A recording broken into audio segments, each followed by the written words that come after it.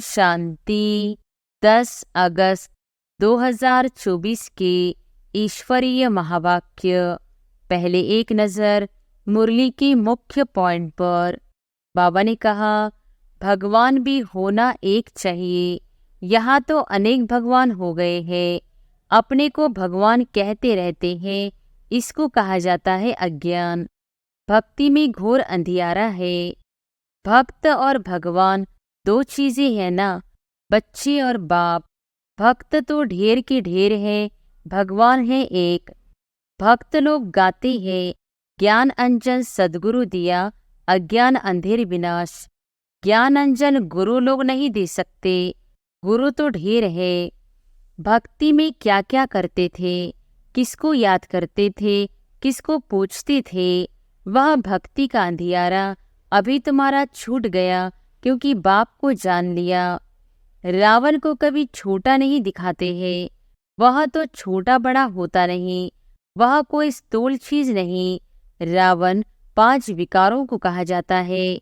और फिर बाबा ने कहा, बाप आकर बिल्कुल सहज नॉलेज सुनाते हैं, पढ़ाते हैं, फिर भी सारी पढ़ाई का तंत्र रह जाता है। हम आत्मा बाप के बच्चे हैं, बाप को याद करना है। जब तक बेहद का बाप न आए तो पेट ही न भरे, पेट ही सारा खाली हो जाता है। बाप आकर पेट भरते हैं, हर बात में पेट ऐसा भर देते हैं जो तुम बच्चों को कोई चीज की दरकार ही नहीं। सब आशाएं पूरी कर देते हैं, तृप्त आत्मा हो जाती है। आत्मा के हद की तृप्ति और बेहद की तृप्ति में फर्क देखो कितना है। बाप को जानने से ही तृप्ति हो जाती है, क्योंकि बाप स्वर्ग का मालिक बनाते हैं। ब्रह्म में कोई भी लीन नहीं होता। यह तो अनादि ड्रामा है जो फिरता रहता है।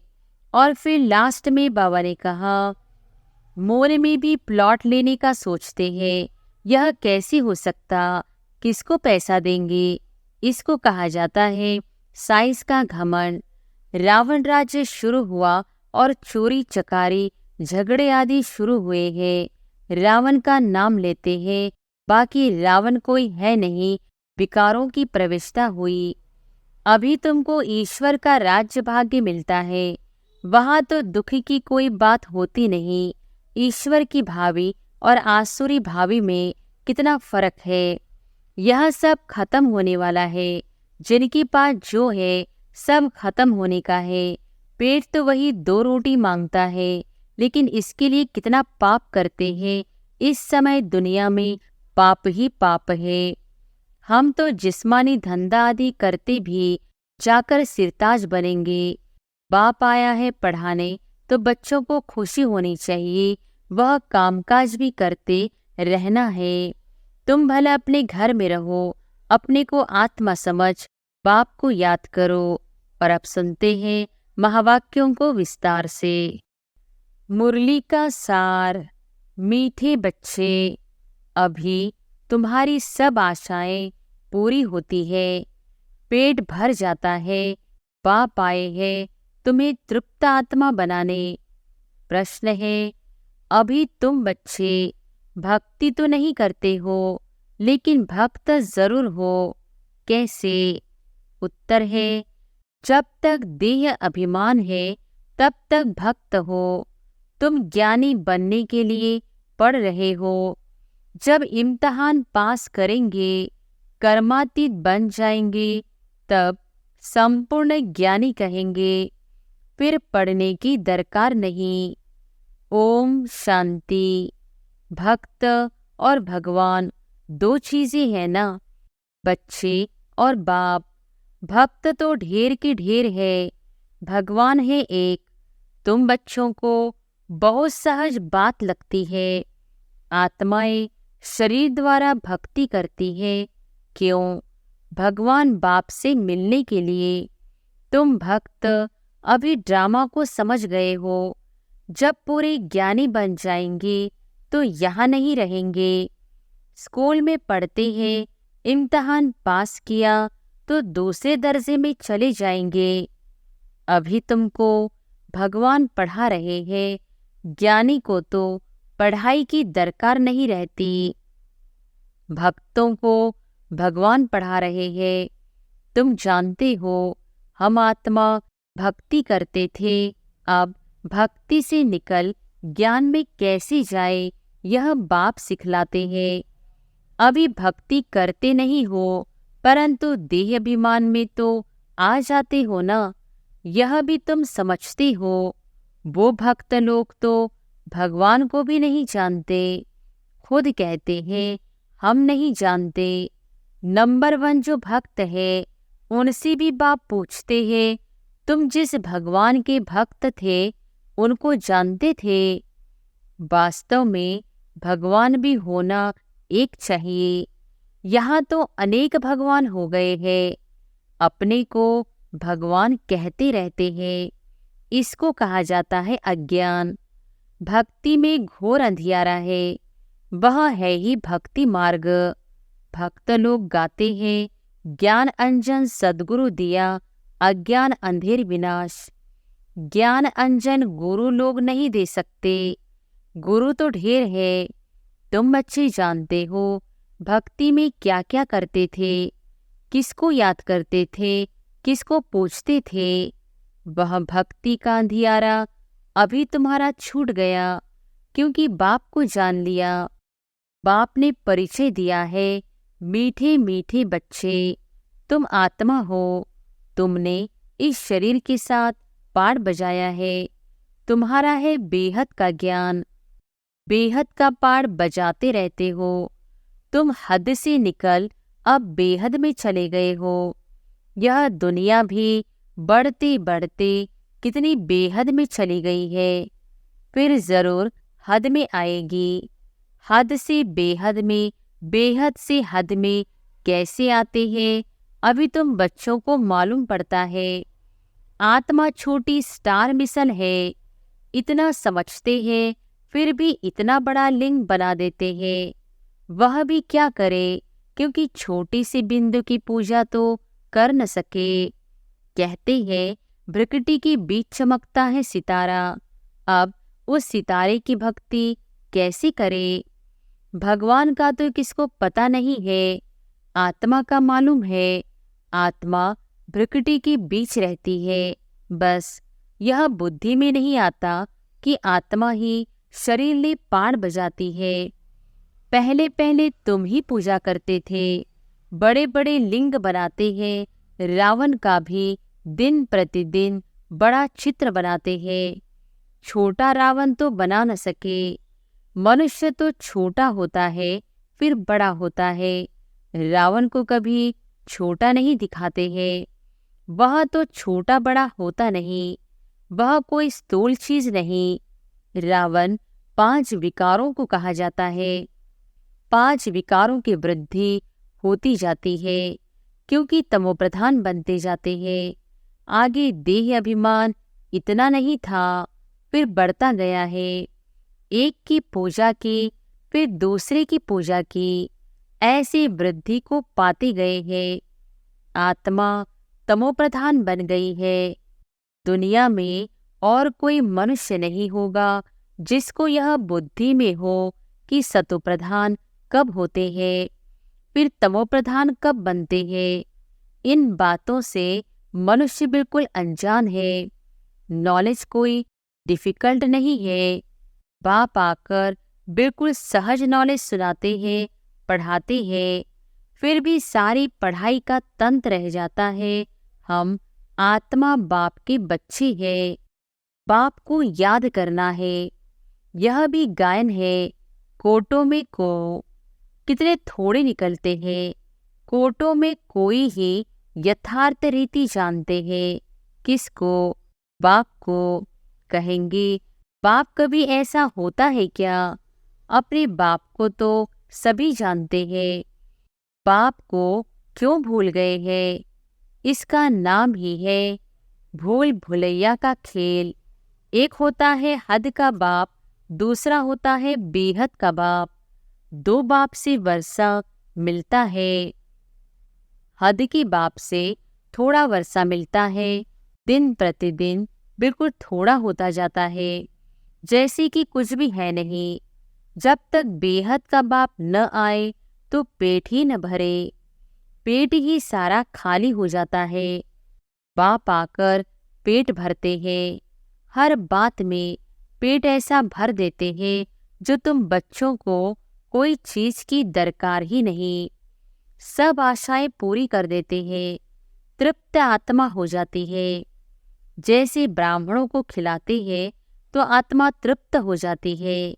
यह है बेहद की तृप्ति। फर्क देखो कितना है। आत्मा की हद की तृप्ति और बेहद की तृप्ति में फर्क देखो कितना है। बाप को जानने से ही तृप्ति हो जाती है, क्योंकि बाप स्वर्ग का मालिक बनाते हैं। तुम जानते हो हम बेहद बाप के बच्चे हैं। बाप को तो सब याद करते हैं ना। भला कोई कोई कहते हैं यह तो नेचर है, हम ब्रह्म में लीन हो जाएंगे। बाप ने बताया है कि ब्रह्म में कोई भी लीन नहीं होता। यह तो अनादि ड्रामा है जो फिरता रहता है। इसमें मूंझने की बिल्कुल दरकार नहीं। 4 युगों का चक्र फिरता रहता है, वो रिपीट होता रहेगा। बाप एक ही है, दुनिया भी एक ही है। वो लोग कितना माथा मारते हैं, समझते हैं मौन में भी दुनिया है, सितारों में भी दुनिया है। कितना ढूंढते हैं, मौन में भी प्लॉट लेने का सोचते हैं। यह कैसे हो सकता, किसको पैसा देंगे? इसको कहा जाता है साइंस का घमंड। बाकी तो है कुछ भी नहीं। ट्रायल करते रहते हैं, यह माया का पंप है ना। स्वर्ग से भी जास्ती शो करके दिखाते हैं। स्वर्ग को तो भूल ही गए हैं। स्वर्ग में तो अथाह धन था। एक मंदिर से ही देखो कितना धन ले गए। भारत में ही इतना धन था, बहुत खजाना भरपूर था। मोहम्मद गजनवी आया, लूट कर ले गया। आधा कल्प तो तुम समर्थ रहते हो, चोरी आदि का कोई नाम नहीं होता। रावण राज्य ही नहीं, रावण राज्य शुरू हुआ और चोरी चकारी झगड़े आदि शुरू हुए हैं। रावण का नाम लेते हैं, बाकी रावण कोई है नहीं। विकारों की प्रविष्टा हुई। रावण के लिए मनुष्य क्या क्या करते हैं, कितना मनाते हैं। तुम भी दशहरा मनाते थे, देखने जाते थे रावण को कैसे जलाते हैं, फिर सोना लूटने जाते हैं। है क्या चीज, अभी वंडर लगता है क्या बन पड़े थे। कितना पूजा आदि करते थे। कोई बड़ा दिन होता है तो क्या क्या करते रहते हैं। भक्ति मार्ग जैसे गुड़ियों का खेल है, वह भी कितना समय चलता है यह तुम जानते हो। शुरू में इतना नहीं करते थे, फिर वृद्धि को पाते पाते अब देखो क्या हाल हो गया है। इतना खर्चा कर चित्र व मंदिर आदि क्यों बनाते हैं? यह है वेस्ट ऑफ मनी। मंदिर आदि बनाने में लाखों रुपए खर्च करते हैं। बाप कितना प्यार से बैठ समझाते हैं, हमने तुम बच्चों को अथाह धन दिया, वह सब कहाँ गवाया। रावण राज्य में तुम क्या सी क्या बन पड़े हो। ऐसे नहीं कि ईश्वर की भावी पर राजी रहना है। यह कोई ईश्वर की भावी नहीं है, यह तो माया की भावी है। अभी तुमको ईश्वर का राज्य भाग्य मिलता है, वहां तो दुख की कोई बात होती नहीं। ईश्वर की भावी और आसुरी भावी में कितना फर्क है, यह समझ तुमको अभी मिलती है। सो भी नंबरवार पुरुषार्थ अनुसार ज्ञान इंजेक्शन किसको लगता है यह तो समझ सकते हैं। फलाने को ज्ञान का इंजेक्शन अच्छा लगा है, फलाने को कम लगा हुआ है, इनको बिल्कुल लगा हुआ ही नहीं है। यह तो बाबा ही जानते हैं ना। सर्विस पर सारा मदार है। सर्विस से ही बाप बताएंगे इनको इंजेक्शन लगा नहीं, बिल्कुल सर्विस करना जानते ही नहीं। ऐसी भी है किसको जास्ती इंजेक्शन लगा है, किसको बिल्कुल नहीं। कहा जाता है ज्ञान अंजन सद्गुरु दिया, अज्ञान अंधेर विनाश। ज्ञान का सुख का सागर परमपिता परमात्मा है, फिर उनको ठिक्कर भीतर में ठोक दिया है। बच्चों को कितना निश्चय होना चाहिए। बेहद का बाप हमको बेहद का सुख देते हैं। गाते भी है बेहद का बाबा, आप जब आएंगे तो हम आपके ही बनेंगे, आपकी मत पर ही चलेंगे। भक्ति में तो बाप का मालूम ही नहीं रहता है। यह पाठ अभी ही चलता है, अभी ही बाप पढ़ाते हैं। तुम जानते हो यह पढ़ाई का पाठ फिर 5000 वर्ष बाद चलेगा। बाप फिर 5000 वर्ष बाद आएंगे। आत्माएं सब भाई भाई है, फिर शरीर धारण कर पाठ बजाती है। मनुष्य सृष्टि की भी वृद्धि होती रहती है। आत्माओं का भी स्टॉक है ना, जितना मनुष्यों का स्टॉक पूरा होगा उतना ही वहाँ आत्माओं का स्टॉक होगा। एक्ट्रेस एक भी कम जास्ती नहीं होंगे। यह सब बेहद के एक्ट्रेस है, इनको अनादि पाठ मिला हुआ है। यह वंडरफुल है ना। अभी तुम बच्चे कितने समझदार बने हो। यह पढ़ाई कितनी ऊंच है। तुम्हें पढ़ाने वाला स्वयं ज्ञान का सागर बाप है। बाकी सब है भक्ति की सागर। जैसे भक्ति का मान है वैसे ज्ञान का भी मान है। भक्ति में कितना मनुष्य दान पुण्य करते हैं, ईश्वर अर्थ, क्योंकि वेद शास्त्र आदि कितने बड़े बड़े बनाते हैं। अभी तुम बच्चों को भक्ति और ज्ञान का अंतर मिला है। कितनी विशाल बुद्धि चाहिए।